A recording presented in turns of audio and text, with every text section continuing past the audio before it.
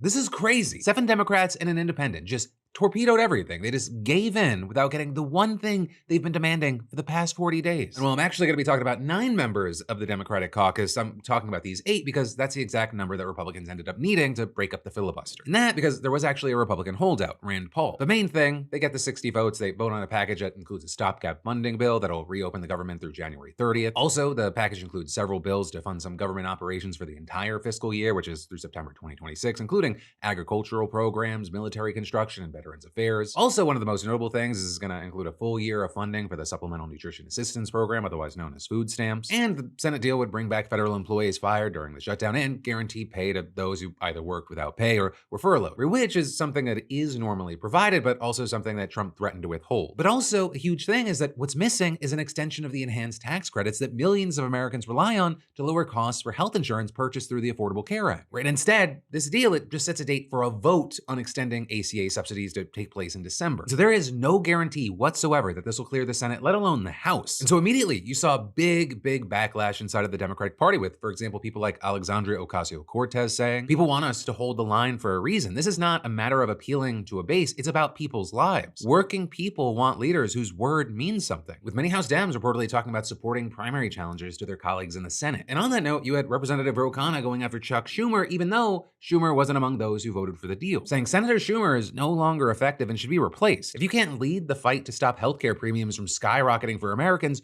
what will you fight for? And that, as you had Bernie Sanders criticizing the move not only from a policy perspective, but from a political one. We're saying that this is the exact opposite of what Dems should have taken away from their domination on Election Day last week. And what the election showed is that the American people want us to stand up to Trumpism, to his war against working class people, to his authoritarianism. That is what the American people wanted, but tonight, that is not what happened.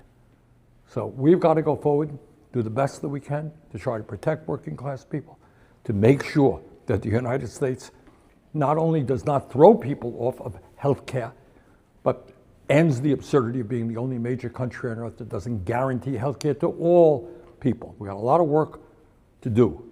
But to be honest with you, tonight was not a good night. And Bernie definitely wasn't alone in arguing this point of view, especially as most voters, they blame Trump and Republicans for the shutdown. With these 8, they caved just hours after Donald Trump was viciously booed at a Commanders game. Though again, outside of those 8, not all Dems are unified in being against this. Or you had Abigail Spanberger, who just won her election last week, Virginia's new governor-elect, backing the deal. And then with that, one of the state senators, Tim Kaine, who was among those who voted for the deal, argued that this move, it's actually the best chance to get the ACA subsidies extended, saying lawmakers know their constituents expect them to vote for it, and if they don't, they could very well be replaced at the ballot box by someone who will. Right, a thing to keep in mind there is that Virginia is home to thousands of federal workers. You also had Jackie Rosen of Nevada, right, another senator who voted for the deal, essentially arguing that it just wasn't worth trying to outlast Republicans because they were more willing to let Americans suffer, saying unfortunately, it's become clear as we go deeper into the second month of this Republican government shutdown that President Trump and Washington Republicans are weaponizing their power in alarming ways to inflict unimaginable pain and suffering on working people. Trump and his Republican cronies on Capitol Hill do not give a damn about hurting working people,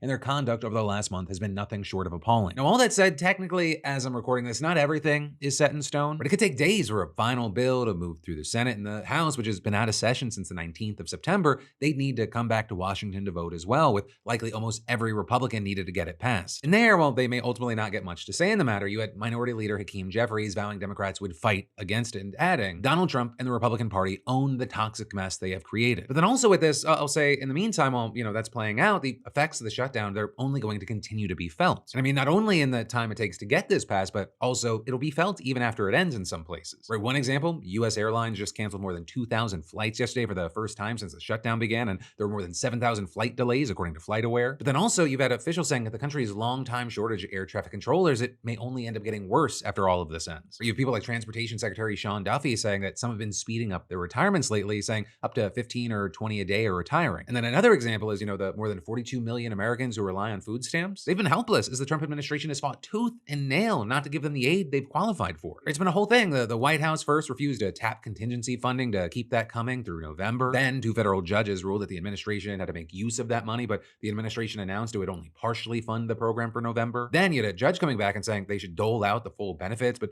then the Supreme Court stayed the order so an appeals court could weigh in. Right, and then over the weekend, you had the Trump administration taking the opportunity to tell states to stop issuing full benefits and even undo distributions that had already been made. Though then the appeals court quickly weighed in and said that Trump must give out the full benefits. Right? And while that, it may be a win, all this back and forth, it means that food aid has already been delayed for tens of millions of Americans, some having only received a fraction of the help that they usually get, and others just still waiting, or just unsure if their payments will ever arrive. And so ultimately, while the potential end of the shutdown, it is sorely needed in many ways, we are going to see continued impacts. And there's also this question about the consequences of these Democrats rolling over. There are going to be impacts that are still felt. It's just a question of what, when, how. And there's also the question about what the consequences will be politically, both for Democrats and Republicans. And so with that said, that is the news. In this part, this is my opinion. I'm open to the possibility that December comes, things play out a certain way, and I realize, oh shit, I was actually being short-sighted. But for right now, it feels like what these 8 did, though I really think it's probably more, what they did was pathetic, it was cowardice, and it's gonna blow up in their face. And I say that possibly more people were involved because these 8, they have something in common. They are not facing their voters in 26. 2 are retiring, 3 are up for re-election in 28, and 3 are up for re-election in 30. Yeah, it makes me,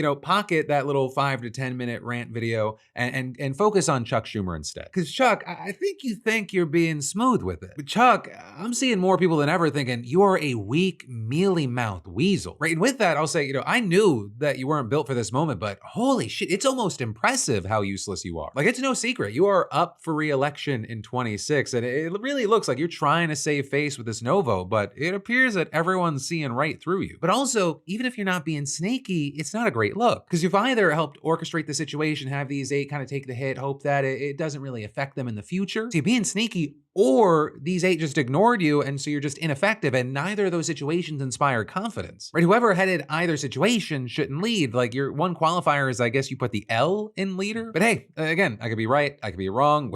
I guess we'll see in December. And in the meantime, of course, I'd love to know your thoughts. What are your opinions, reactions? What are your takes here? Right, but then actually another thing that we can talk about connected to this is with, the shutdown wrapping up, some argue that this means that we could get the ball rolling on another issue. Swearing in ABUGHAZALEH, Grijalva, and releasing the Epstein files. Right, because after 6 weeks in limbo, we saw reports this morning that Speaker Mike Johnson plans to swear in Grijalva before the government funding vote. Right, and we've talked about this a bit. She won a special election back in September to represent Arizona in the House, but Johnson, he's come up with excuse after excuse as to why she couldn't be sworn in. Though very few actually believed those excuses and saw this as him really trying to drag his feet. Right, not wanting the House to vote on a measure to release the Epstein files because her vote would have put the thing over the top. And so now with her swearing in seemingly around the corner, the Epstein situation is opening back up. And the timing here, it is very significant because we also just learned that Ghislaine Maxwell is reportedly seeking a commutation from Trump, with Representative Jamie Raskin sending a letter to Trump claiming that the House Judiciary Committee received new information and documents from a whistleblower. And those documents indicate that Maxwell is, quote, working on filing a commutation application with your administration, demonstrating either that Ms. Maxwell is herself requesting you release her from her 20-year prison sentence for her role as a co-conspirator in Jeffrey Epstein's international child sex trafficking ring, or that this child sex predator now holds such tremendous sway in the second Trump administration that you and your DOJ will follow her clemency recommendations. And this is, according to the whistleblower, Maxwell is getting preferential treatment at the minimum security prison that she just happened to be transferred to over the summer, not long after meeting with Deputy AG Todd Blanche. With the letter saying that the staff at federal prison Camp Bryan have been waiting on her hand and foot. She reportedly had customized meals delivered to her cell, gotten private meetings with guests who were allowed to bring computers, enabling her to contact the outside world, and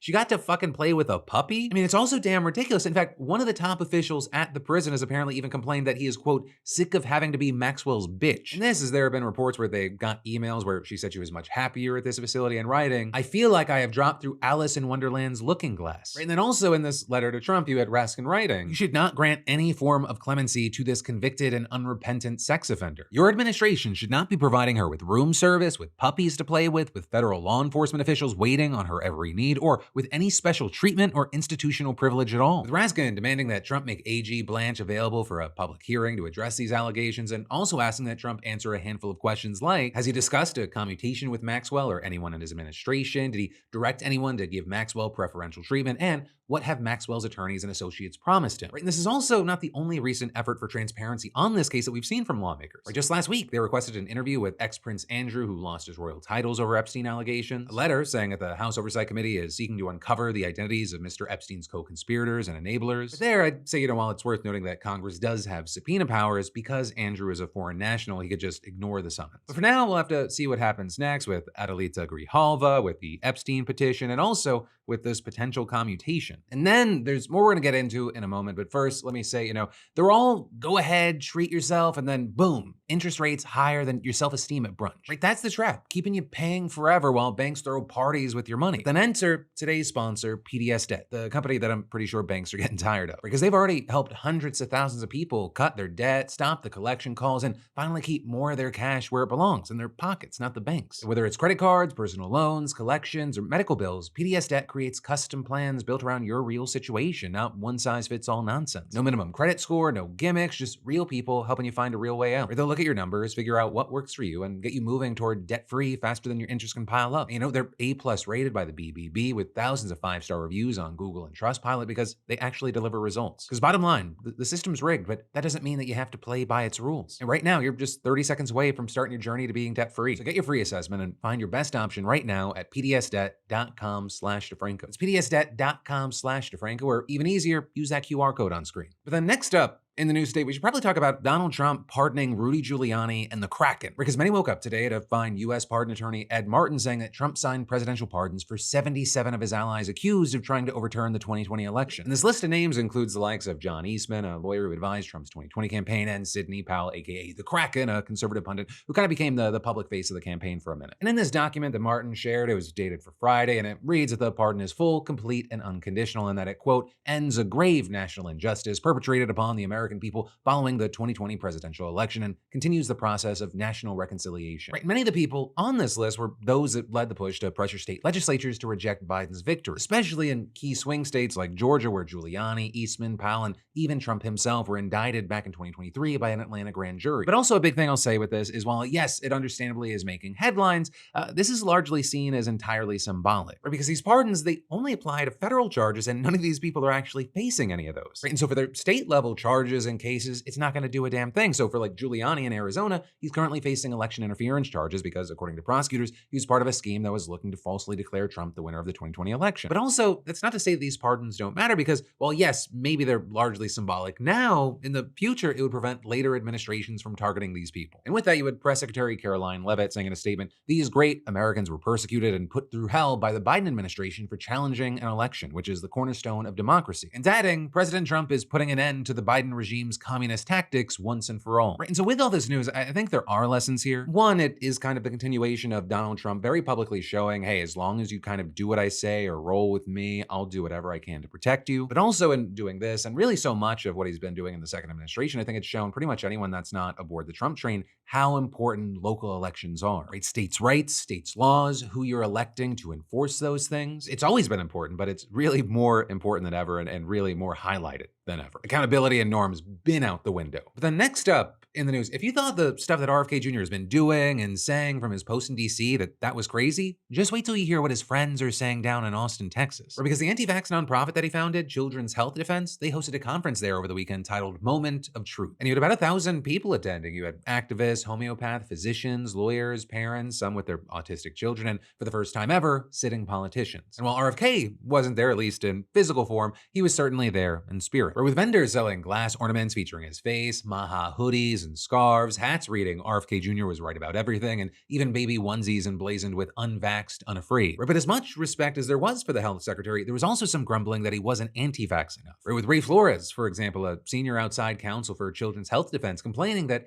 Kennedy has wasted too much time going after stuff like food dyes and ultra-processed food when he should be focused on vaccines, saying we don't want to hear about Fruit Loops or donuts or anything else. And Mark Gorton, the president of the Maha Institute, calling the CHD's website some pretty weak anti-vaxxery and arguing that we need to be more boldly anti-vax. Right, and that along with normal stuff like RFK's former communications director, Del Bigtree, declaring God is an anti-vaxxer. Right, and all of this is, of course, RFK has often claimed he's not technically speaking anti-vax, saying he just supports stricter clinical trials, greater transparency, and freedom of choice. And so also what you saw at the event were some defending his position, like CHD's chief scientific officer, Brian Hooker, saying, I'm a scientist, I want to be more demure about the whole thing and a little bit more circumspect. And then adding, if a broad sweeping epidemic emerged and I was thoroughly convinced that the only way out of it was to immunize, I'd be for it. And CHD's chief executive, Barry Holland, telling the Washington Post, CHD is not anti-vax, we're pro-informed consent. But then again, when you look at some of the other panels and booths at the conference, even that thin veneer of reasonableness, it quickly evaporates, right? And there are just numerous examples, including, one group called Blessed by His Name that matches, quote,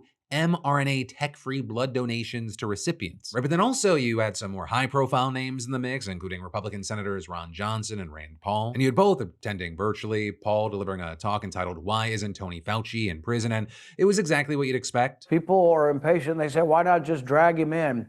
We can subpoena him, and we will if we don't get a voluntary agreement. The problem, of course, is he was pardoned by President Biden.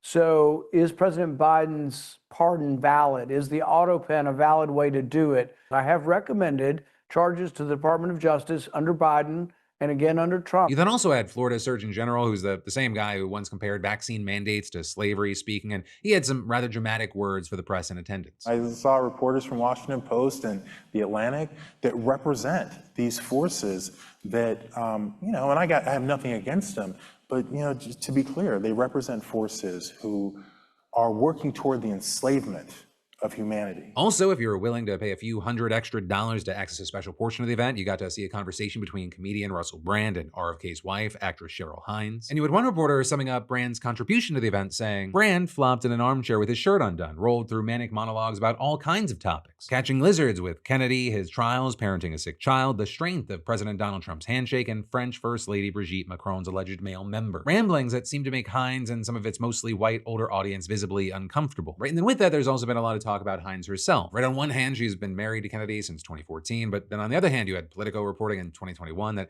she had asked guests to a party to be vaccinated against COVID. And then the next year, she called RFK's comparison of people resisting vaccines to Anne Frank reprehensible and insensitive, and saying that her husband's views were not a reflection of her own. But now, in more recent months, she's waded more and more into politics, taking RFK's side on vaccine issues, standing by him at public events, and going on right-wing shows like Tucker Carlson's. And so you had many seeing her attendance at this conference being kind of a confirmation that she is now part of the movement. But that, my friend, is where this daily video ends, but there's even more just a click away. You've got the newest episodes of my podcast out, Crashing Out and In Good Faith, with new episodes also coming out this week on Wednesday and Thursday. But no matter what you do, let me just say thank you for watching. I love yo faces, and I'll see you right back here tomorrow.